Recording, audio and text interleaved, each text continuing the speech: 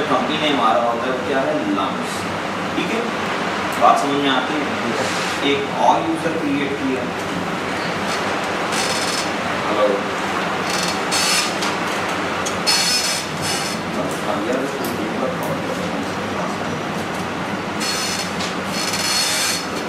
जी, एक और हम यूजर बना देते हैं, इसका नाम रख लेते हैं वसीम अकरम।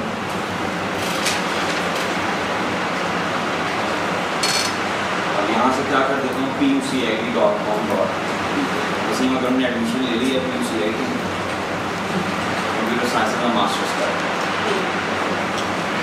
और इसका यूजर हम कर देते हैं, नहीं यार ये बहुत मुश्किल नाम है, अब्दुल कादिर।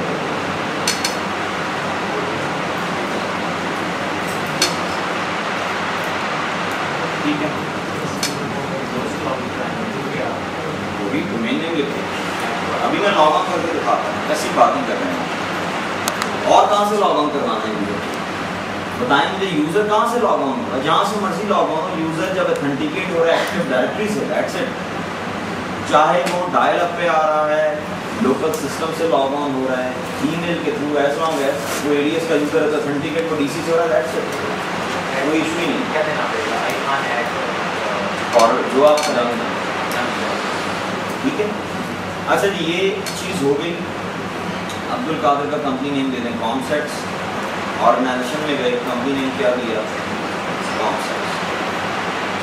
ठीक है, ये एडीएस में जो हमने करना था काम वो मुकम्मल हो गया। एक दफ़ा हम रिव्यू करते हैं हमने क्या क्या किया। हम active directory domain and trust में गए, ठीक है, यहीं गए थे, रूट की प्रॉपर्टीज में गए, और यहाँ पे हमने 3 यूपीएन सफिक्सेस ऐड करवाए, और उसके बाद हमने बिल्कुल सिंपल सा एक काम किया, यूज़र अकाउंट बनाए हैं, और यूज़र अकाउंट बनाते हुए हमने डोमेन वही दी जो देनी चाहिए थी। और नंबर 2 हमने क्या किया, उनकी प्रॉपर्टीज़ में जाके और ऑर्गेनाइजेशन में कंपनी नेम उनका दे दिया। ठीक है, बात समझ में आ रही है, इसका दिया नहीं था इसलिए विजिबल नहीं हो रहा, अदरवाइज विजिबल होगा। समझ में आ रही बात। अब जनाब एक्सचेंज में क्या करना है, देखिए अभी अगर एक्सचेंज में ये काम वहीं से होगा, ऑर्गेनाइजेशन, हब ट्रांसपोर्ट, ये क्या लिखा हुआ है, ईमेल एड्रेस पॉलिसी, और इसके बिल्कुल साथ क्या लिखा हुआ है, एक्सेप्टेड डोमेन। अभी अगर मैं एक्सेप्टेड डोमेन डिक्लेयर नहीं करता तो देखें क्या होगा। मैं new email address policy create करने की अटेम्प्ट करता हूँ, मैं यहाँ लिख देता हूँ लम्स, ठीक है जी, ब्राउज करके मैं कह देता हूँ कि सेल्स पे अप्लाई होगा ये, ठीक है। नेक्स्ट करके मैंने कहा user in a company, name दे दिया लम्स, सब कुछ ठीक है, नेक्स्ट किया। अभी ये दोबारा करने से तेज़ी से कर रहा हूँ, और यहाँ मैंने बता दिया कि forward.com की जगह क्या हो जाए, lums.edu.pk, ठीक है। प्रॉब्लम क्या आएगी, उसका इम्पैक्ट क्या होगा कि ये फेल हो जाएगा, इसकी क्रिएशन फेल हो जाएगी। थोड़ा सा इंतजार करें।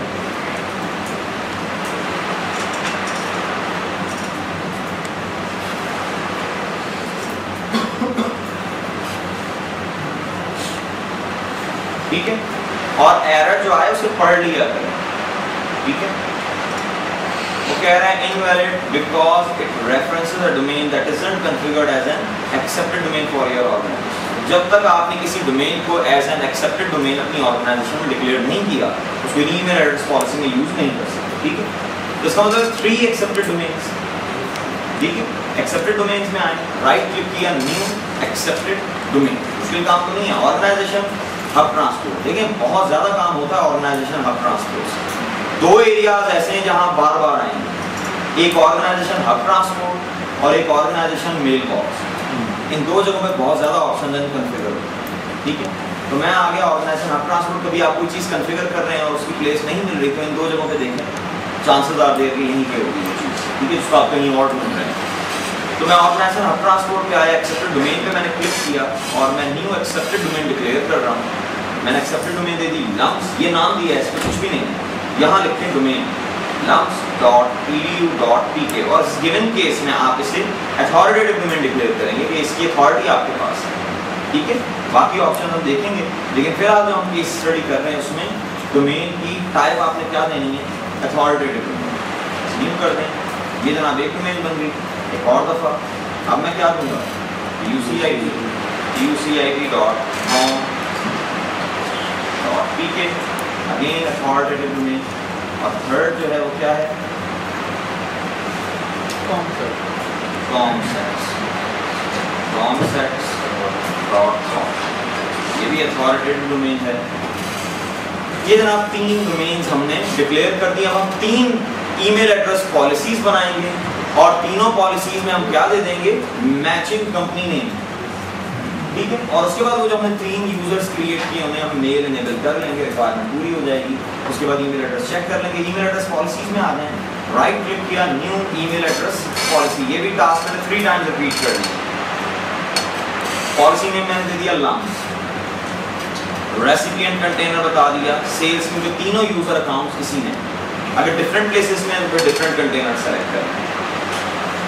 उसके बाद मैंने नेक्स्ट किया और मैंने क्या कहा कि कौन सी कंडीशन चेक करनी है, कंपनी नेम, और कंपनी नेम क्या है, लम्स, ठीक हो गया। और अब जब मैं ईमेल डोमेन डिक्लेयर करूंगा तो इसे कोई एतराज नहीं होगा, lums.edu.pk। बात समझ में आती है। अगर आप स्टार्ट का पोर्शन मैनिपुलेट करना चाहें वो भी कर सकते हैं, मैंने उसे नहीं किया, वो हम चेक नहीं कर रहे इसमें।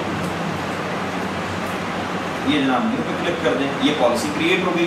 सेम वे 2 पॉलिसीज और, 1 मिनट रुक जाओ शाम, PUCID कंटेनर जिस पे अप्लाई हो रही है सेल्स। अगर पूरी डोमेन पे अप्लाई करना चाहता तो ब्राउज करके डोमेन सेलेक्ट करें, ये बात याद रखें। और कंपनी नेम मैंने दे दिया, सॉरी PUCID था,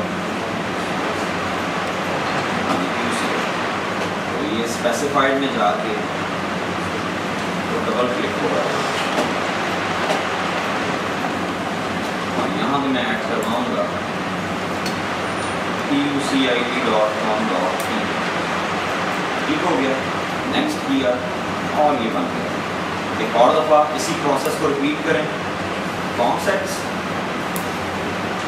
सेल्स कंटेनर, नेक्स्ट किया, company name, concepts. Spelling mistake नहीं करनी, अदरवाइज आप ढूंढते रहेंगे, आपको गलती नहीं मिलेगी और आप समझेंगे कि पता नहीं कोई आपकी साथी लड़ाई है उसके साथ। ऐड भी करवाना, खाली लिख के ओके नहीं करते ना, ऐड पे क्लिक करना जी। नेक्स्ट करें और यहाँ पे मैं ईमेल डोमेन अब क्या डिक्लेयर कर रहा हूँ, comsets.com, ठीक हो गया। यानी ये तीनों काम हमने कर लिया। आप सिंपली क्या करना है, तीनों यूजर्स को मेल इनेबल कर दें। यूजर को मेल बॉक्स इनेबल करने के लिए आप कहाँ जाते हैं, यहाँ मेल बॉक्स, राइट क्लिक किया, न्यू मेल बॉक्स, नेक्स्ट किया, एग्जिस्टिंग यूजर सेलेक्ट किए और ऐड करवा दिए तीनों यूजर्स, ठीक है जी। तो प्रॉब्लम तो नहीं है, यहाँ पहुँच जाएंगे। प्रीवियस स्टेप जो है वो आपकी ग्रिप से तो नहीं निकले। हम ऑर्गेनाइजेशन हब ट्रांसपोर्ट पे आए थे, 3 एक्सेप्टेड डोमेन हमने डिक्लेयर की थी जिनके नाम सही रहने थे और जिनकी टाइप अथॉरिटेटिव रहने। और ईमेल एड्रेस पॉलिसीज में हमने 3 पॉलिसीज बनाई जिनमें हमने कंडीशंस दी, मैचिंग और साथ में डोमेन नेम, ठीक है। उसके बाद हम रेसिपिएंट मेल बॉक्सेस, यहाँ मैंने क्या कहा, न्यू मेल बॉक्स। अगर हम चाहें तो ये काम कमांड से भी कर सकते हैं, ठीक है। मैं आपको दोनों तरीके बताता हूँ। शेल पे भी हमने कोई काम किया नहीं इतना ज़्यादा, इसलिए मैं शेल के जो चीज़ें हैं मैं आपको भी ले जाना नहीं चाहता, लेकिन वैसे साथ साथ इससे फेमिलियर होते जाएं। आप जब कोई काम ग्राफिकली भी करते हैं तो एंड पे वो आपको कमांड दिखाता है कि ये कमांड थी जो मैंने रन की है। लाइक अगर मैं यहाँ से करूँ न्यू मेल बॉक्स, ठीक है ना, साथ है मेरे। इधर मैंने न्यू मेल बॉक्स किया और यूज़र मेल बॉक्स सेलेक्ट करके देन मैंने क्या कहा, एग्जिस्टिंग यूजर्स। जब मैं ऐड पे क्लिक करूंगा तो मुझे वो तमाम यूजर्स दिखा दिए जाएंगे जिनका अभी मेल बॉक्स क्रिएट नहीं हुआ। देखो एडमिनिस्ट्रेटर नहीं आ रहा है यहाँ पे क्योंकि उसका मेल बॉक्स ऑलरेडी क्रिएट हो चुका है। बात समझ में आ रही है। ये 3 यूजर्स हैं, ये मैंने सेलेक्ट कर दी। कल हम जब कर रहे थे तो हमारे पास बहुत ज़्यादा यूजर्स से पूरी लिस्ट आ रही, ओके कर दिया। नेक्स्ट करें, ये तमाम चीज़ें डिफॉल्ट पे रहने दें, ठीक है। देखो ये ऊपर क्या लिखा है, an areas will be automatically generated from each new mail box, इसलिए you don't need to worry about. अगर तो सिंगल यूजर होता तो आपको जाना पड़ता, बल्क में वो आप पे बर्डन नहीं डाल रहा। न्यू कर दें और होपफुली ये तीनों हो जाएंगे। आई डोंट नो कादर की कंपनी क्या थी,